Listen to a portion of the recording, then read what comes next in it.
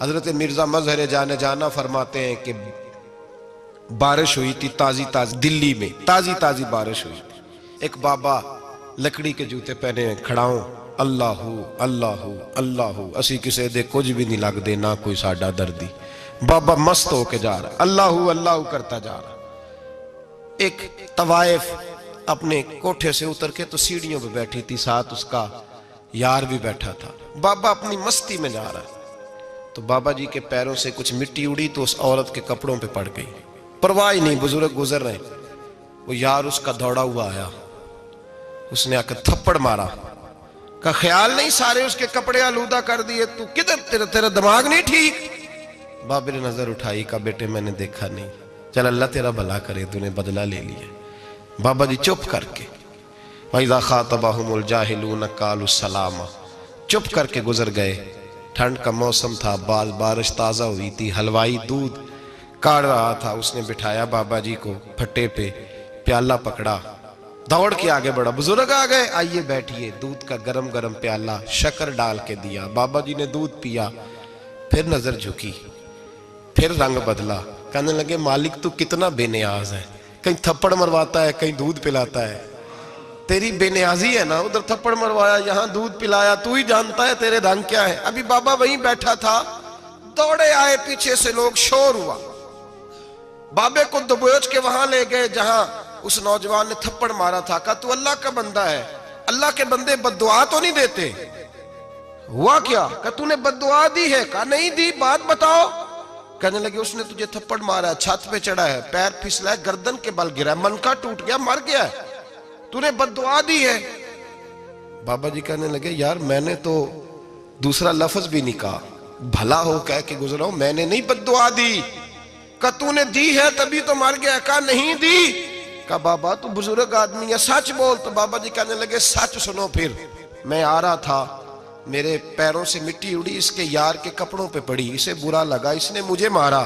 جب اس نے مجھے مارا تو میں کوئی لاوارث تو نہیں تھا، جب اس نے مجھے مارا تو میں کوئی لاوارث تو نہیں تھا. مجھے دشمنوں نہ چھیڑو، میرا ہے کوئی جہاں میں ابھی پکار لوں گا، نہیں دور ہے مدینہ. اس نے مجھے مارا تو میں کوئی لاوارث تھا کہ میرا بدلہ کوئی نہ لیتا؟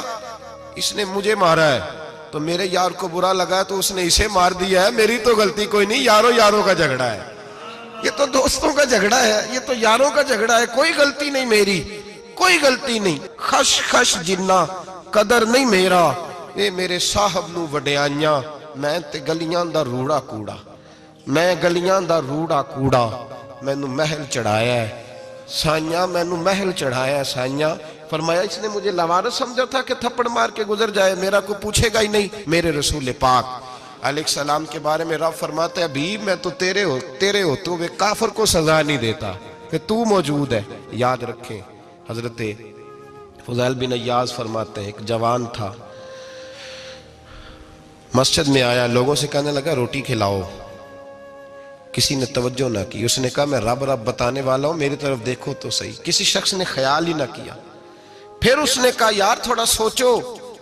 نمازیوں سے کہا، اہل علاقہ سے کہا، انہوں نے کہا تیری طرح کے بڑے درویش دیکھیں. مسجد کے محراب میں وہ رب کریم کا بندہ انتقال کر گیا.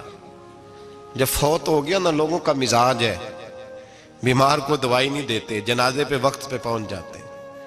جب کوئی گر رہا ہوتا ہے تو سہارا کوئی نہیں دیتا، جب کوئی گر جاتا ہے، ٹانگ ٹوٹ جاتی ہے تو تیمارداری کو زمانہ پہنچ جاتا ہے. اور بزرگ وہ نوجوان اللہ کا نیک بندہ مسجد کے محراب میں فوت ہو گیا. حضرت فضیل ابن عیاض کہتے ہیں امام صاحب نے اعلان کیا چندہ دو، کوئی لاوارث فوت ہو گیا، کفن دینا. چندہ کٹھا ہوا، کفن خریدا، جنازہ پڑا. عشاء کے بعد دفن کر کے آئے. فجر کی نماز کے لیے جب امام اور مؤذن مسجد میں آئے تو چیخیں مارنے لگے، تڑپنے لگے. دور دور تک آوازیں پھیل گئی، دنیا دوڑی آئی. کیا ہوا؟ کہنے لگے وہ جو تم نے کفن پہنایا تھا وہ یہاں پڑا ہوا ہے، اور دیکھو کفن پہ تحریر لکھی ہے. تحریر کیا ہے؟ عرش کے مالک نے فرمایا میرے دوست نے روٹی مانگی تم نے دی نہیں، اس نے تمہیں میرے قریب کرنے کے لیے اپنی طرف توجہ کرائی، تم نے کی نہیں. اور میرا یار تمہارے کفن کا محتاج تھا، سنبھال کے رکھو اپنا کفن، میں نے اسے جنت کا لباس عطا فرما دیا، سنبھال کے رکھو. یہ کوئی لاوارثوں کا ٹولہ ہے؟ یاد رکھیں جو وارث والے ہیں، وارث والے ان کا رنگ اور ہے، جو ماننے والے ہیں ان کا مزاج اور ہے۔ اپنی زندگی لوارثوں کی طرح نہیں گزارے، تھوڑا سا ادھر گیا تھا تو پھر تھوڑا سا ادھر گیا تھا تو تھوڑا سا، یہ کیا بات ہوئی، یہ کیا بات ہوئی؟ اپنے آپ کو، اپنی نسبت کو، اپنے عقیدے کو مضبوط رکھیں۔ 1 انچ کے لیے اعلیٰ حضرت فاضل بریلوی رحمت اللہ علیہ کے مکان کی دیوار گر گئی، ایک کونا مکان کا، آپ جانتے ہیں پرانی دیواریں چھوٹی ہوتی تھی اور بارشوں میں اکثر گھروں کی دیواریں گری ہوئی ہوتی تھی، ایک سائیڈ کی دیوار گر گئی تو اس کونے میں ہندوؤں کا گھر تھا۔ اب مستری صاحب رات کو آئے، ان سے بات ہوئی تو کہنے لگے سویرے کام شروع کروں گا۔ کہا 1-2 صاحب نے کہ ہندوؤں کا گھر ساتھ ہے اور وہ دشمن بھی بڑے زیادہ ہیں، تو رات کو ہی ہو جائے۔ کہنے لگا جی نہیں، میری مجبوری ہے، مزدور کہاں سے لاؤں گا، بڑے معاملات ہیں، سویرے شروع ہوگی۔ اب رات کو مولانا ظفر الدین بہاری علیہ رحمہ کہتے ہیں بچے مدرسے کے، باقی سارے لوگ، سب کو جمع کیا گیا، چونکہ اس طرف سے تھوڑا خطرہ تھا ہندوؤں کی جانب سے۔ کہا جناب یہ بڑے دشمن ہیں اسلام کے، تو اس طرح کرو کہ 2-3 بچوں کی ڈیوٹی لگائیں یا کچھ لوگوں کی یہاں رات کو پہرا دیا جائے، ٹھنڈ بھی بڑی زیادہ تھی، کھڑا ہونا بھی مشکل تھا۔ اعلیٰ حضرت رحمت اللہ علیہ عشاء کی نماز کے بعد جلدی حجرہ خاص میں تشریف لے جاتے تھے۔ اس رات جب دیکھا نا باہر شور ہو رہا ہے تو اسی طرح سر پہ ایک رومال لپیٹا تو باہر آ گئے، کہنے لگے کیا شور ہے؟ کہا حضور سردی ذرا زیادہ ہے تو یہاں کسی کی ڈیوٹی لگانی ہے پہرے کی۔ 2 منٹ خاموش رہے، پھر فرمانے لگے کوئی ضرورت نہیں، جاؤ سو جاؤ سارے جا کے، کوئی ضرورت نہیں، جاؤ اپنے اپنے گھروں کو، کوئی حاجت نہیں، پہنچ جاؤ۔ کہا حضور مہربانی کرے، وہ طے ہونے لگا تھا۔ فرمایا میری وجہ سے کیوں کوئی ساری رات بیدار رہے، جاؤ تمہیں کہا نا آرام کرو۔ لوگ سو گئے۔ صبح فجر کی نماز پڑھ کے اعلیٰ حضرت رحمت اللہ تعالیٰ علیہ جب سیڑھیاں اتر رہے تھے رضا مسجد کی، تو وہ جس ہندو کی جانب سے زیادہ خطرہ تھا وہ سیڑھیوں پہ بیٹھا تھا، مسجد کی سیڑھیوں پہ۔ سب لوگوں کی توجہ ہو گئی، کہنے لگا مولانا میں کلمہ پڑھنے آیا ہوں، مجھے کلمہ پڑھا کے مسلمان کر دیں، میں کلمہ پڑھنے آیا ہوں، مسلمان کریں۔ لوگوں کی توجہ، اعلیٰ فرمانے لگے نہیں ابھی تو انتظار کر، تھوڑی دیر کے اچھی طرح سوچ لے، جذباتی فیصلہ نہ کر کہ تو آ رہا ہے۔ یہ کہہ کے جب 2 سیڑھیاں نیچے اترے اس کے پاس سے تو اس نے پیر تھام لیے، کہنے لگا اب ایسے تو نہ کرو، رونے لگا۔ اعلیٰ حضرت رحمت اللہ نے کلمہ پڑھایا، کچھ باتوں کی نصیحت فرمائی، تشریف لے گئے۔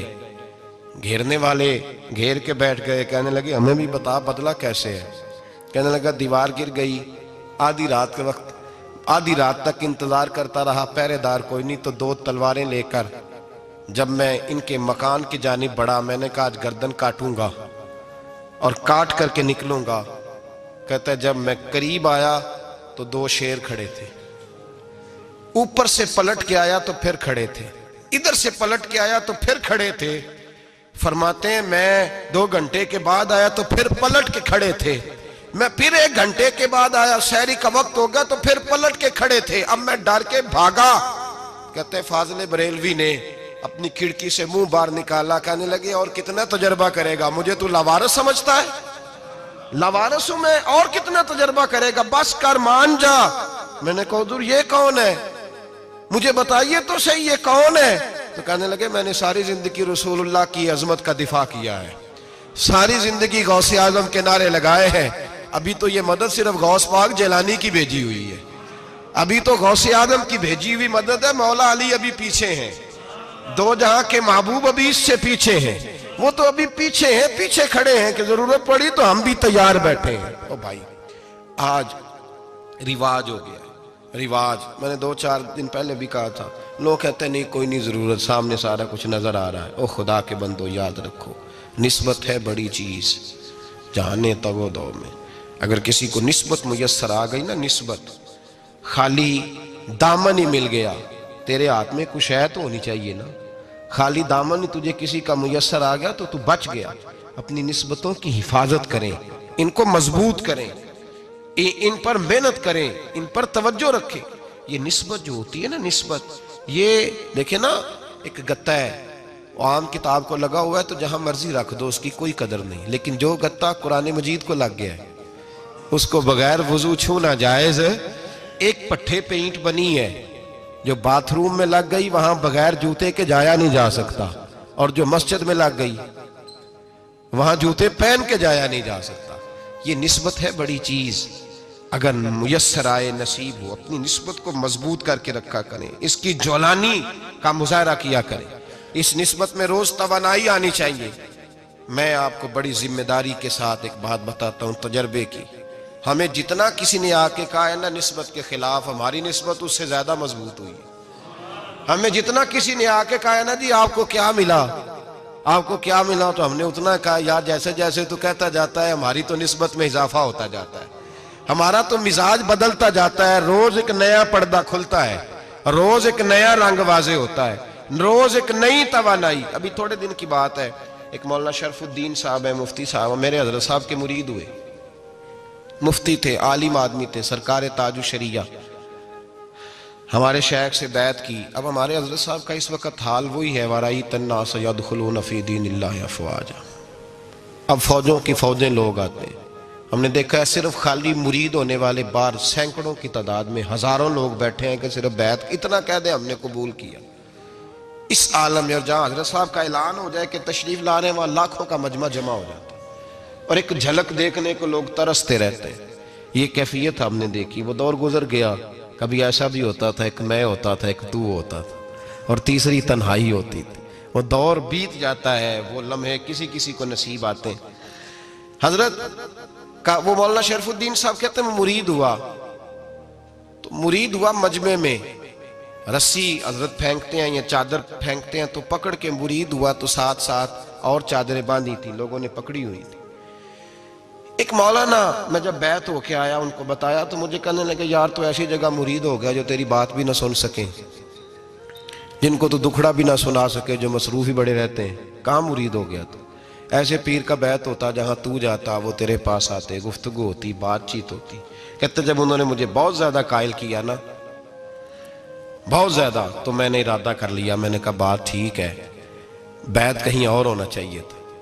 کہتے میں عشاء کے بعد سویا تو حضرت صاحب مجھے خواب میں ملے, خواب میں, اور فرمانے لگے مولانا جب آپ مرید ہوئے تھے تو آپ اس جانب بیٹھے تھے, اس کونے میں آپ تھے, اتنے لوگ آپ سے پہلے تھے, اس حال میں آپ مرید ہوئے تھے, اور جہاں تک بات چیت کرنے کی بات ہے تو آپ نے جو دل میں سوچا تھا وہ میں نے آ کے آپ کو بتا دیا ہے.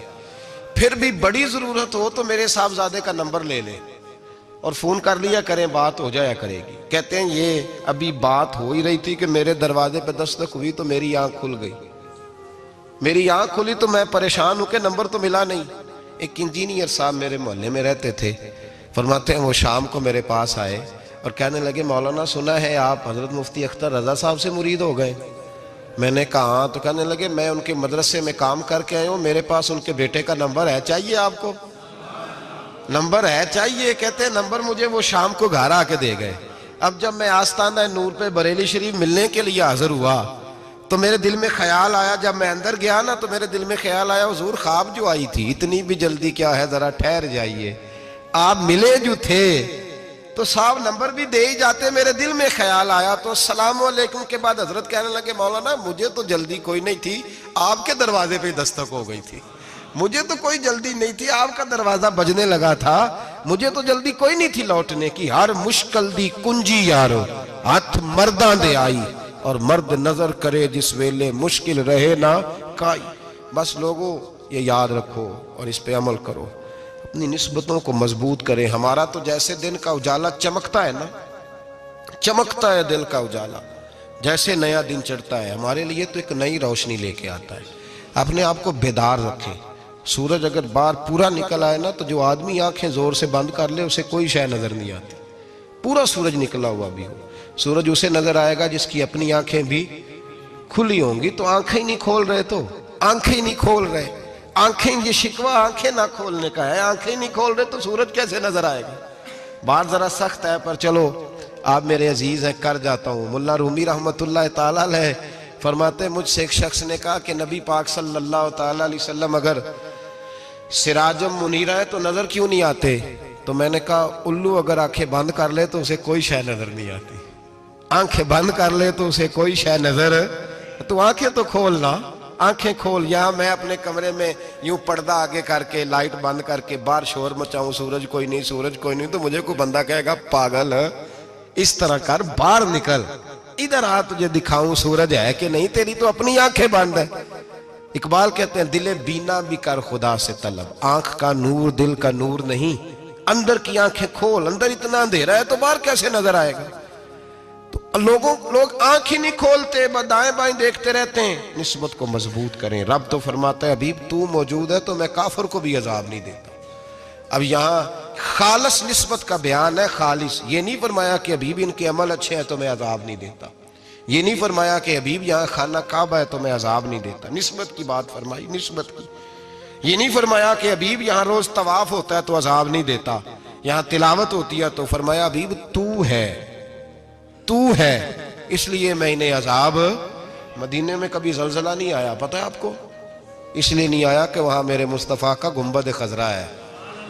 کوئی فصل وہ بیجتے نہیں، کوئی فصل بوتے نہیں، وہ کوئی فصل بھی، لیکن دنیا کی ہر شے آپ کو مدینے میں ملتی ہے۔ جو سب سے اچھا پھل کھانا چاہے اسے مدینے میں جا کے ملتا ہے، اس لیے کہ وہاں گنبد خضرا کی ہریالی موجود ہے۔ دنیا کی ہر نعمت ملتی ہے اس لیے کہ گنبد خضرا جو موجود ہے۔ تو بھائی یہ نسبتوں کی بار ہے، نسبتوں کی۔ پرانی امتوں میں جب کوئی گناہ کرتا تھا تو دروازے پہ لکھا ہوتا تھا سویرے، میرے حبیب نے دعا فرمائی مولا یہ میرے ہیں انہیں رسوا نہ کرنا، اے اللہ میرے ہیں انہیں رسوا نہ کرنا۔ تو میرے بھائی سن لو اور یاد رکھ لو، لاکھوں پاپ بھی لوگ کر کے آئیں، سویرے منہ دھو کے نکل آئیں تو عرش کا مالک رسوا نہیں کرتا، بلکہ کہتا ہے تو میرے دامن میں چھپ جا، اندر جا کے جہاں گناہ کیا ہے وہاں جا کے دل سے سچی توبہ کر لے، میں قیامت میں بھی کسی کو نہیں بتاؤں گا کہ تو نے گناہ کیا ہے۔ تو برکت کس کی ہے؟ رسول پاک کی۔ یہ برکت کس کی ہے؟ حبیب دو عالم کی صلی اللہ۔ غلامی کا رشتہ مضبوط کریں، غلامی کا، وارث والے بنے، لوارث نہ بنے۔ لوارثوں جیسی زندگی نہ گزارے، جہاں مرضی چلے گئے، جہاں مرضی چھٹیاں کار ہے، جتنے مرضی ٹائم بتائے، جو مرضی طبیعت میں آیا کرتے پھرے، پتہ ہی کوئی نہیں، حال ہی کوئی نہیں، یہ کوئی کیفیت نہیں ہے کوئی بھی۔ مجھے ایک صاحب کہنے لگے کہ ایک پیر بھائی پوچھ رہا تھا حضرت صاحب کا حال کیا ہے، میں نے آج کے بعد اس نے تجھ سے پوچھا تو بالکل نہ بتانا۔ وہ کیسا بیٹا ہے، وہ کیسا بیٹا ہے جو پڑوسیوں سے دائیں بائیں لوگوں سے حال پوچھتا ہے، اسے پتہ ہی نہیں، اسے خبر ہی نہیں، اسے تو لمحے لمحے کی خبر ہونی چاہیے، اسے تو منٹ کا پتہ ہونا چاہیے تھا۔ وہ اس نے کس طرح کی نسبت رکھی ہوئی ہے جس کو ہم سایوں سے پوچھنے پڑتا ہے ذرا پتہ کر کے بتانا حال کیا ہے۔ تو کدھر تھا بھائی، اتنی دیر ہو گئی، تو نے حال بھی کسی اور سے پتہ کرانا ہے؟ میں نے کہا اس کو کہنا آج کے بعد حال پوچھنا ہوا تو خط لکھے، میں بھی جواب لکھ دوں گا، بات ختم ہو گئی۔ جب دور دور جو رہنا ہے تو ٹھیک ہے، پھر اس طرح نہ تو خدا ہے نہ میرا عشق فرشتوں جیسا، دونوں انسان ہیں تو پھر کیوں اتنے حجابوں میں ملے؟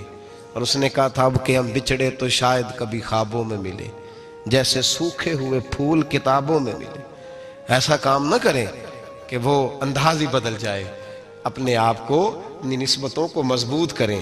اللہ تبارک و تعالیٰ سے دعا اور التجا ہے کہ اللہ کریم ہمیں نسبتوں کی مضبوطی عطا فرمائے، اور اللہ تبارک و تعالیٰ ہمیں یہ توفیق دے کہ ہم سمجھ جائیں اس بات کو کہ اصل بات ہے کیا، اور اصل کی مضبوطی کتنی ضروری ہے، اصل تک پہنچنا کتنا ضروری ہے۔ اور یہ بھی یاد رکھیں، اماں جب ناراض ہوتی ہے نا، جب اماں ناراض ہوتی ہے تو کہتی ہے بس نکل جاتا، فٹافٹ نکل جاتا، دوڑ جا، کوئی تعلق نہیں۔ ابا بھی کہتا ہے آج آیا تو ٹانگیں توڑ دوں گا، حال ہی کوئی نہیں۔ اور وہی بیٹا جا کے 2 منٹ پیروں میں بیٹھتا ہے، کہتا ہے اماں تجھے پتہ ہی نہیں میں کتنی ٹینشن میں تھا۔